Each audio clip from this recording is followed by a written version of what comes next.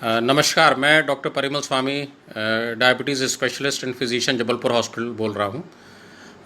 शनिवार के इस आफ्टरनून में आप सभी का स्वागत है। ऐसे सारे लोग जो कि इस शो में जुड़ रहे हैं, उनका स्वागत है। और आज का जो टॉक है मेरा, वो कोविड काल में डायबिटीज़ के बारे में, डायबिटीज़ की केयर किस प्रकार से की जाए, इसके बारे में जानकारी देने के लिए किया जा रहा है। हम सभी लोग जानते हैं कि स्वयं अपने कोविड की बीमारी होने पर शुगर की रिपोर्ट्स बहुत ज़्यादा गड़बड़ हो जाती हैं। कई लोगों में जिनमें डायबिटीज़ नहीं है, ऐसे आंकड़े मिल रहे हैं कि कोविड की बीमारी होने के बाद उनमें शुगर की बीमारी उत्पन्न हो सकती है। और सबसे बड़ा चीज़ है कि जिन मरीजों में शुगर है, कई बार कोविड के इलाज में उपयोग की जाने वाली कई दवाइयाँ उन पेशेंट को उन पेशेंट में शुगर को चालू कर सकती हैं। तो इसीलिए कोविड के इलाज में, कोविड के समय पे शुगर का कंट्रोल बहुत अधिक आवश्यक है। ऐसे ही आंकड़े विदेशों से मिल रहे हैं, पश्चिमी देशों से, कि जिन मरीजों की शुगर कंट्रोल नहीं है, उनमें कोविड की तीव्रता अधिक होती है। ऐसे मरीज जिनमें शुगर है और वो जब शुगर के साथ कोविड के इन्फेक्शन से ग्रसित होते हैं तो कॉम्प्लिकेशन की संभावना बढ़ जाती है। परंतु एक अच्छी बात यह है कि पिछले 1 वर्षों में हम लोगों ने सैकड़ों ऐसे डायबिटीज़ के मरीजों का उपचार किया जो कोविड से ग्रसित भी थे और जिन्हें थोड़े बहुत ऑक्सीजन वगैरह की कमी भी थी, लेकिन शुगर के प्रॉपर कंट्रोल से, कोविड के प्रॉपर इलाज से उनको हम बिना किसी प्रॉब्लम के हॉस्पिटल इसमें इलाज करके उनको हम बाहर ला पाए। तो इसीलिए निराश होने की आवश्यकता नहीं है या घबराने की आवश्यकता नहीं है। प्रोएक्टिव होकर कुछ ऐसे कदम हमें उठाना है जिससे कि हमारी शुगर अच्छी तरह से कंट्रोल रहे। अब आइए हम देखते हैं कि शुगर कंट्रोल के लिए हमको क्या करना है। तो मैं आपको एक फॉर्मूला बताता हूँ जिसे हम लोग DREMS या ड्रेम्स कहते हैं। ड्रेम्स में के 5 पार्ट हैं। पहला पार्ट है D मतलब डाइट, दूसरा पार्ट है R मतलब रेस्पिरेटरी ट्रेनिंग या कुछ ब्रीदिंग एक्सरसाइज, तीसरा पार्ट है E मतलब एक्सरसाइज, शारीरिक व्यायाम, M मतलब मेंटल मैनेजमेंट और S का मतलब है स्लीप मैनेजमेंट। तो अगर हम अपने पोषण, खाने को ध्यान में रखते हैं, कुछ प्राणायाम करते हैं जो कि हमारे शुगर कंट्रोल और मानसिक तनाव को कम करते हैं, फिर हम कुछ व्यायाम करते हैं जो हमारी इम्यूनिटी को अच्छा रखते हैं, शुगर कंट्रोल करते हैं, हमारी फिटनेस बनाए रखते हैं, फिर हम अपने बिहेवियर को या जो हमारी मानसिक अवस्था है उसको इस प्रकार से मैनेज करते हैं कि हम पॉजिटिव बने रहें। और ऐसे सारे परहेज जो कि लोगों को लगते ज़रूर हैं कि कठिन है, परंतु जिन्हें शुगर के सैकड़ों या लाखों मरीज काफ़ी अच्छी तरह से फॉलो कर रहे हैं और अपनी शुगर को बहुत अच्छे से कंट्रोल में बना के रखे हैं, ऐसी मानसिक अवस्था को हम उत्पन्न कर सकते हैं, मेंटेन कर सकते हैं। और सबसे आखिरी में एक प्रॉपर स्लीप, मिनिमम 6 घंटा, मैक्सिमम 8 घंटा, और समय पर अगर हम सोते हैं और नींद गहरी हमें अगर आती है तो हमारे शरीर की इम्यूनिटी अच्छी रहती है, शुगर कंट्रोल ठीक रहता है, हमारी बॉडी की रोग प्रतिरोधक क्षमता ठीक रहती है, हम कोविड के इन्फेक्शन से बचे रहते हैं। कोविड का इन्फेक्शन अगर हो रहा है तो हम कॉम्प्लिकेशन से बचे रहते हैं। तो इन्हीं बिंदुओं पे मैं आपसे कुछ बात करूंगा। सबसे पहले तो हम डाइट को लें। बहुत बार डाइट के बारे में कन्फ्यूजन रहता है और बहुत सारे लोग तरह तरह की डाइट को पढ़ के पेपर में या न्यूज़पेपर में या व्हाट्सएप से देख के पालन करते हैं। कुछ बेसिक चीज़ें हम डाइट के बारे में याद रखें। नंबर 1, हमारी जो डाइट है उसमें हमको वेजिटेबल्स एंड सैलड्स, जब बिल्कुल भी ज़रूरी नहीं है कि हम कच्ची सब्जियां खाएं, कुकड वेजिटेबल, पका हुआ खाना, और साथ में सलाद की मात्रा इतनी रहना चाहिए कि जो हमारे खाने की प्लेट है वो आधी उससे भरी रहे। ठीक है। अगर उससे हम दूसरी तरह से देखना चाहें तो लगभग 1 से 2 कटोरी सब्जी और 2 कटोरी सलाद हमें लगभग प्रत्येक मेजर मील के साथ में लेना है। दूसरा, हम रोटी और राइस, जैसा आप नॉर्थ इंडिया या मध्य भारत में रोटी और राइस एक स्टेपल डाइट हमारे खाने का एक बड़ा हिस्सा है, पर उसकी मात्रा को हमें नियंत्रित रखना है। इसका सिंपल फार्मूला ये है कि अगर किसी व्यक्ति का वजन उसकी हाइट के हिसाब से ठीक है, मान लीजिए उसकी हाइट है 5 फुट 8 इंच और उसका वजन है 70 kg, जो उसके हाइट के हिसाब से वजन ठीक है, तो उसे 7 रोटी से ज़्यादा नहीं लेना है प्रतिदिन। ये सब मिला के हो गया सुबह से शाम तक, इसमें रोटी और राइस दोनों है। इसी प्रकार से अगर किसी व्यक्ति का वजन 80 किलो है और उसका वजन उसकी हाइट के हिसाब से थोड़ा ज़्यादा जा रहा है, तो उसे अपने हर 15 किलो पे 1 रोटी चाहिए। मतलब ऐसे व्यक्ति को 5-6 से ज़्यादा रोटी या राइस, 1 कटोरी राइस भी उसमें सम्मिलित हो जाएगा, उससे ज़्यादा नहीं चाहिए।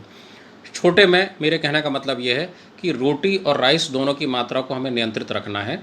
अधिकतर मरीज या अधिकतर व्यक्ति जिन्हें शुगर है, उनको एक दिन में लगभग 6 सर्विंग, जिसका मतलब है कि 4-5 रोटी और 1 कटोरी राइस, इससे ज़्यादा उनके शरीर में नहीं जाना चाहिए। भूख लगने पर हमें उसकी शांति सब्जियों और सलाद को बढ़ा के करना है। साथ में हमें जो दाल के बने व्यंजन है, जैसे हम पल्सेस बोलते हैं, दलहन बोलते हैं, जैसे दाल है, राजमा है, चना, छोला, मूंगफली, चना, सोयाबीन, जो दाल से बनने वाले अन्य व्यंजन हैं, बेसन की बनी हुई चीज़ें हैं। इसी के साथ साथ जो जो हम फलियाँ बोलते हैं, जैसे सेम है, बरबटी है, ऐसी चीज़ों को जो कि जिनको हम बीन्स बोलते हैं, इनकी मात्रा हमें खाने में बढ़ाना है।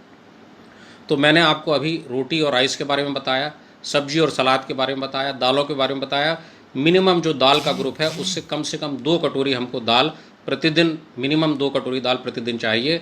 अगर हम इसे 3 से 4 कटोरी भी बढ़ाते हैं तो इसमें कोई प्रॉब्लम नहीं है। फिर हम फलों पे आएँ। फल हमारे स्वास्थ्य के लिए उपयोगी चीज़ है। फलों से एंटीऑक्सीडेंट और विटामिन्स मिलते हैं, लेकिन डायबिटीज़ में फलों की मात्रा नियंत्रित रहना चाहिए। एक दिन में 1 से 2 फल से ज़्यादा ना लें। बहुत अधिक मीठे फल जैसे आम, चीकू, केला, सीताफल, अंगूर, कलिंदा, यह हमें कम से कम अपने खाने में रखना है, और जब भी लें थोड़ी मात्रा में लें, प्रतिदिन ना लें। पर सेव, नाशपाती, संतरा, मौसम्बी, बिही, ऐसे फल हम, या पपीता, या जो तरबूज या खरबूज बोलते हैं, इसे हम प्रतिदिन अपने अपने खाने में सम्मिलित कर सकते हैं। 1 से 2 मीडियम साइज़ के फल, बड़े फल जैसे पपीता, तरबूज, खरबूज है, वो 1 से 1.5 कटोरी, इससे ज़्यादा हमें प्रतिदिन नहीं लेना चाहिए। जो अत्यधिक मीठे फल है वो कभी कभार और एक बार में थोड़ी सी मात्रा में 1/4 फल के बराबर हम लें, बहुत ज़्यादा मात्रा में हमें फल नहीं चाहिए। हमारे देश में बहुत अधिकतर लोग शाकाहारी होते हैं, उनके शरीर में प्रोटीन की कमी हो जाती है।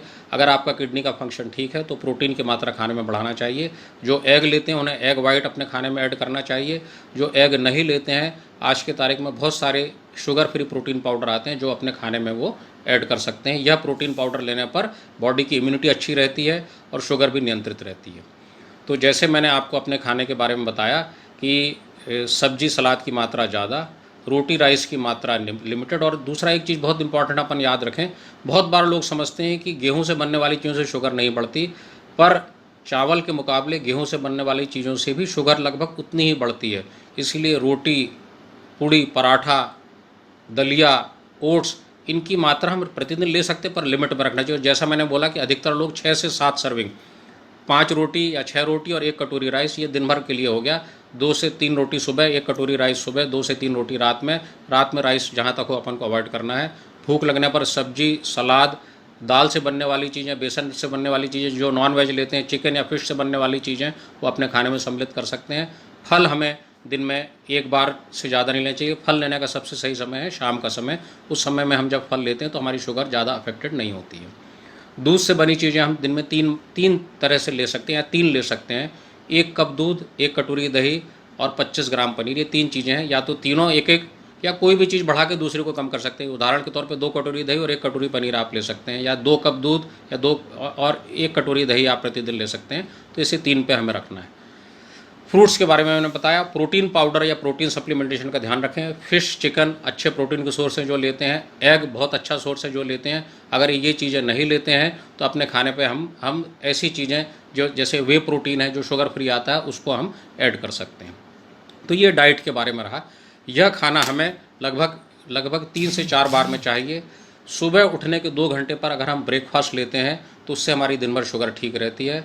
ब्रेकफास्ट में हमें अधिकतर समय जो जो दालों से बनी चीज़ें हैं, जैसे जैसे चना है, छोला है, राजमा है, सोयाबीन है, मटर है, मूंग है, लोबिया है, बेसन का चीला है, ढोकला है, ये चीज़ें ज़्यादा लें। साथ में 1 कटोरी सलाद हमेशा लें। जैसा मैंने बोला कि सलाद प्रत्येक खाने के साथ में अपन को ऐड करना है। दिन भर में कम से कम 3 से 4 कटोरी सलाद आपके शरीर में जाना ही चाहिए। इससे शुगर नहीं बढ़ती है। उठ के 2 घंटा से ज़्यादा का हम लेट कर देते हैं। सुबह 6-7 बजे उठे और 11-12 बजे जब हम नाश्ता या खाना लेते हैं तो हमारी शुगर अनियंत्रित होने लगती है। तो ये कुछ नियम हमें खाने के बारे में ध्यान रखना है। फिर सेकंड पार्ट मैंने आपको बताया था रेस्पिरेटरी एक्सरसाइज का। 3 तरह के आप प्राणायाम कर सकते हैं। एक भ्रामरी प्राणायाम बोलते हैं जिसमें कि हम भौरे की तरह गुनगुनाते हैं या हमिंग करते हैं। इस प्राणायाम से हमारे जो सांस की ऊपरी नलियाँ उसमें नाइट्रिक ऑक्साइड नाम की गैस ज़्यादा बनती है, जो ऐसा कहा जाता है कि कोरोना के वायरस को कंट्रोल कर सकती है। अनुलोम विलोम प्राणायाम, हम एक नाक से सांस लें, थोड़ी देर रोकें और फिर दूसरी नाक से छोड़ें। यह प्रक्रिया मैं पहले भी एक बार वीडियो के जरिए आप लोगों को बता चुका हूँ। इस प्राणायाम में हमको जो अनुपात है वो 2-8-4 रखना है। 2 काउंट तक सांस ली, 8 काउंट तक सांस रोकी, 4 काउंट में दूसरे नॉस्ट्रल से हमने सांस छोड़ दी, फिर इसी से हमने 2 काउंट सांस ली, 8 काउंट तक रोकी और 4 काउंट में हमने सांस को छोड़ दिया। इसे हम थिरुमूलर प्राणायाम करते हैं। ये एक बार में 5 से 10 मिनट किया जा सकता है। दिन में 2 या 3 बार करने पर आपकी एंटीवायरल इम्यूनिटी अच्छी होती है। यह प्राणायाम कोरोना के लिए टेस्ट नहीं किया गया था, पर अन्य वायरल इन्फेक्शन में इससे प्रोटेक्शन मिलता है, तो हम उम्मीद करते हैं कि कोरोना में भी ये कुछ ना कुछ प्रोटेक्शन देगा। तीसरा पार्ट हमारे ड्रेम्स फार्मूले का एक्सरसाइज है। आज की तारीख में लॉकडाउन में बहुत सारे लोग घर में रहते हैं, गर्मी बहुत है, कई बार गर्मी के कारण हम नहीं जाते हैं। सिंपल एक्सरसाइज जैसे हम लोग स्क्वेटिंग कहते हैं, फिर वॉल पुशअप, दीवार को पकड़ के हमको पीछे की तरह पुशअप जैसा करना है, खड़े होकर कदम ताल करना है, अपने पंजों के ऊपर खड़े होना है। तो ये 4 एक्सरसाइज हैं। स्क्वेटिंग या हमको घुटना की झुकना और खड़े होना है, झुकना और खड़े होना है, वॉल पे पुशअप जैसा करना है, फिर पंजों के बल खड़े होना है और एक जगह खड़े होकर हमको कदम ताल करना है। एक एक्सरसाइज के आप 10 रिपीटिशन करिए और जब आप ये चारों एक्सरसाइज करेंगे तो लगभग 1 से 1.5 मिनट टाइम लगेगा। 3 बार आप इसको 2 बार और रिपीट कर लीजिए तो 3 से 4 मिनट लगेगा। यह जो एक्सरसाइज है इसे हम शॉर्ट एक्सरसाइज कहते हैं और ये शॉर्ट एक्सरसाइज हम अगर खाने के पहले और खाने के बाद करते हैं, खाने के तुरंत पहले और खाना खाने के बाद में, तो ये दिन में हम 6 बार तक कर सकते हैं। नाश्ता, लंच और डिनर, पहले बाद में, पहले बाद में और पहले बाद में। टोटल 18 से 20 मिनट एक्सरसाइज होती है। यह एक्सरसाइज करने पर हमारी शरीर की एक्सरसाइज की ज़रूरत काफ़ी हद तक पूरी होती है और शुगर भी इससे बहुत अच्छी कंट्रोल रहती है। कोलेस्ट्रॉल और बॉडी में बनने वाले ऐसे पदार्थ जो इन्फ्लेमेशन उत्पन्न करते हैं उनकी मात्रा में भी कमी इस तरह की एक्सरसाइज से देखने में आई है। इसके साथ साथ हमारे घर में, जिसके घर में सीढ़ी है, ये एक प्रण करें, अगर हमें उससे तकलीफ़ नहीं हो रही है, थक नहीं रहे हैं, चेस्ट पेन नहीं हो रहा, हार्ट की प्रॉब्लम नहीं है, तो कम से कम 5 से 7 बार जितने भी घर में सीढ़ियाँ हैं वो चढ़े उतरे बिना आवश्यकता के। हर 2-3 घंटे में हम 2 बार सीढ़ी चढ़ देंगे तो इससे भी हमारी शरीर की एक्सरसाइज की आवश्यकता पूरी हो जाती है। फिर आया मेंटल मैनेजमेंट, तो अनुलोम विलोम प्राणायाम जो मैंने आपको अभी बताया उस पर्टिकुलर उससे। फिर एक एक्सरसाइज है जिसे हम कोहेरेंट ब्रीदिंग कहते हैं। घड़ी के कांटे देख के 5 सेकंड गहरी सांस लीजिए और 5 सेकंड में सांस छोड़ दीजिए। 10 सेकंड में आप एक सांस लेंगे, 1 मिनट में 6 सांस लेंगे, इसे कोहेरेंट ब्रीदिंग कहते हैं। इस ब्रीदिंग को जब हम बार बार करते हैं तो हम मेंटली हम ज़्यादा शांत हो जाते हैं और हम किसी प्रिकॉशन को रखने में या जो नेगेटिव वातावरण चल रहा है उससे लड़ पाने में ज़्यादा अच्छी तरह से सक्षम होते हैं। तीसरा तरीका जो है वो कुछ तरह के मेडिटेशन का है। सिंपल मेडिटेशन टेक्निक्स मैं आपको बता रहा हूँ। आप जहाँ भी बैठे हैं पूरी तरह से अपने शरीर के प्रति, अपने आसपास, अपनी आँखों से जो भी आपको दिख रहा है उसके प्रति, जो आपके कान में आवाज़ आ रही है उसके प्रति, शरीर पे जो महसूस हो रहा है उसके प्रति अवेयर हों और इस अवेयरनेस को, जो ऑल अराउंड अवेयरनेस है, आपके शरीर में क्या अनुभव हो रहा है, आपकी आंखें क्या देख रही हैं, आपके कान क्या सुन रहे हैं, आपके मुंह के अंदर क्या स्वाद आ रहा है, आपके नाक के अंदर किस प्रकार की गंध जा रही है, इसके प्रति अवेयर रहे। 5-6 मिनट इस अवस्था को बना के रखते हैं। यह अवस्था को मेंटेन करने पर, जिसे हम माइंडफुलनेस मेडिटेशन कहते हैं, तो ब्रेन के ऐसे पार्ट जो हमें रीजनिंग की पावर देते हैं, जो हमें डर से बचाते हैं, वो एक्टिवेट होते हैं और ब्रेन का ऐसा पार्ट जो हमें डर दिखाता है वो धीरे धीरे सप्रेस हो जाता है। तो यह माइंड मैनेजमेंट टेक्निक आप दिन में 3-4 बार कर सकते हैं। कुछ और टेक्निक हैं जो पर्सनली किसी व्यक्ति को बताई जा सकती हैं। फाइनली जो स्लीप, हम एस के ऊपर आ गए, जिसे हम स्लीप कहते हैं। तो स्लीप के लिए ज़रूरी है कि हम एक टाइम बनाएं, उसी समय पे सोएं, उसी समय पे उठें। बिस्तर पे बैठ के मोबाइल फ़ोन, टैबलेट या कंप्यूटर का प्रयोग नहीं करें। कोशिश करें कि सोने के 2 घंटे पहले टीवी या मोबाइल फ़ोन का उपयोग कम से कम हो। सोने के पहले, जैसा मैंने बोला, coherent breathing, 5 second inhalation, 5 second exhalation, या जो हमने प्राणायाम बताया था उसको, या जो माइंडफुलनेस मेडिटेशन उसका प्रयोग करें। इससे स्लीप ठीक आती है, इससे नींद ठीक आती है। और कोशिश करें कि हम सही उसी वक्त पे सोएं जैसा रोज़ सो रहे हैं। तो इस प्रकार के एक्सरसाइज को, स्लीप के पहले के रूटीन को करने पर हम धीरे धीरे जो हमारी स्लीप की क्वालिटी है वो इम्प्रूव हो जाती है। कुछ एक्यूप्रेशर पॉइंट हैं जिसे मैं आपको कोशिश करूंगा उसके चार्ट शेयर करने के लिए। उन एक्यूप्रेशर पॉइंट के उपयोग से भी आप स्लीप की क्वालिटी को इम्प्रूव कर सकते हैं। तो जो ये ड्रेम्स है, पहला D diet, R respiratory exercise, E exercise, M mental management, S sleep, इस ड्रेम्स फॉर्मूले को, या दूसरे शब्दों में हिंदी में कहें तो उचित आहार, प्रॉपर पोषण, प्राणायाम, व्यायाम, कुछ मानसिक ध्यान और सही साथ के साथ में सही विश्राम या स्लीप को हम अगर उपयोग अपने जीवन में ढालेंगे तो हमारी शुगर कंट्रोल रहती है, जनरल हेल्थ ठीक रहती है, इम्यूनिटी बढ़ी रहती है। आखिरी में मैं कुछ शब्द आप लोग से इंसुलिन के बारे में करना चाहूँगा। ऐसे व्यक्ति जिनको की शुगर ज़्यादा है जिनकी शुगर किसी कारण से बढ़ गई है, कुछ दवाइयों के कारण बढ़ गई है, उनके लिए इंसुलिन आवश्यक है। वो सारे व्यक्ति अपने चिकित्सक से पूछ के दिन में 2 से 3 बार भी या कई बार 4 बार भी इंसुलिन लगाना पड़ता है, जो टेम्प्रेरी रहता है। उन दवाइयों के बंद होने पर हम इंसुलिन की मात्रा को धीरे धीरे कम कर सकते हैं। उनके उपयोग से हम अपनी शुगर को अच्छे से कंट्रोल कर सकते हैं। इंसुलिन टेम्प्रेरी, ये ध्यान रखें, परमानेंट नहीं है, इसलिए इस बारे में अब किसी तरह का मन में भ्रम ना पालें। दवाइयों से शुगर बढ़ता है, जब तक वो दवाई चल रही है, जब तक इंसुलिन से शुगर कंट्रोल करते हैं। दवाइयाँ बंद करने के बाद में शुगर भी अपने आप गोलियों पे कंट्रोल हो जाएगा। कई बार गोलियों की आवश्यकता भी बहुत कम हो सकती है। तो ये छोटे में मैंने आपको डायबिटीज़ से संबंधित जानकारी दी।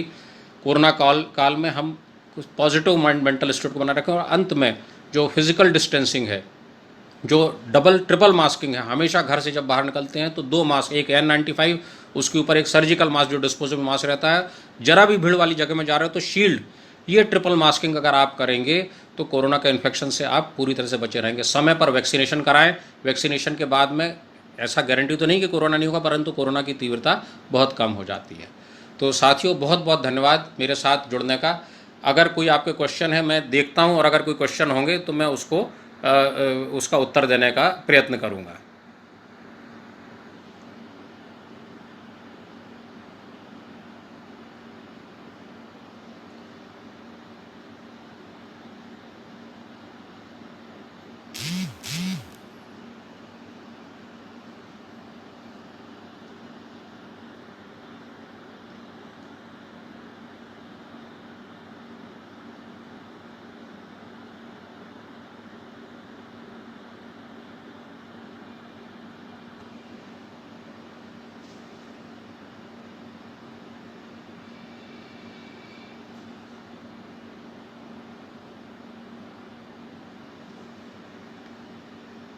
तो अगर आपके कोई प्रश्न नहीं है तो मैं आपसे विदा लेता हूं। और अगर कोई भी प्रश्न है तो आप मुझसे बाद में, या मेरे फेसबुक पेज में, या जबलपुर हॉस्पिटल के फेसबुक पेज में जाकर आप उन प्रश्नों को पूछ सकते हैं। मैं प्रयास करूंगा कि इंडिविजुअली मैं आपके सारे प्रश्नों का उत्तर दूं। बहुत बहुत धन्यवाद और नमस्कार। स्वस्थ रहें, सुरक्षित रहें, प्रसन्न रहें, और फिजिकल डिस्टेंसिंग और ट्रिपल मास्किंग का प्रयोग हमेशा करते रहें। बहुत बहुत धन्यवाद।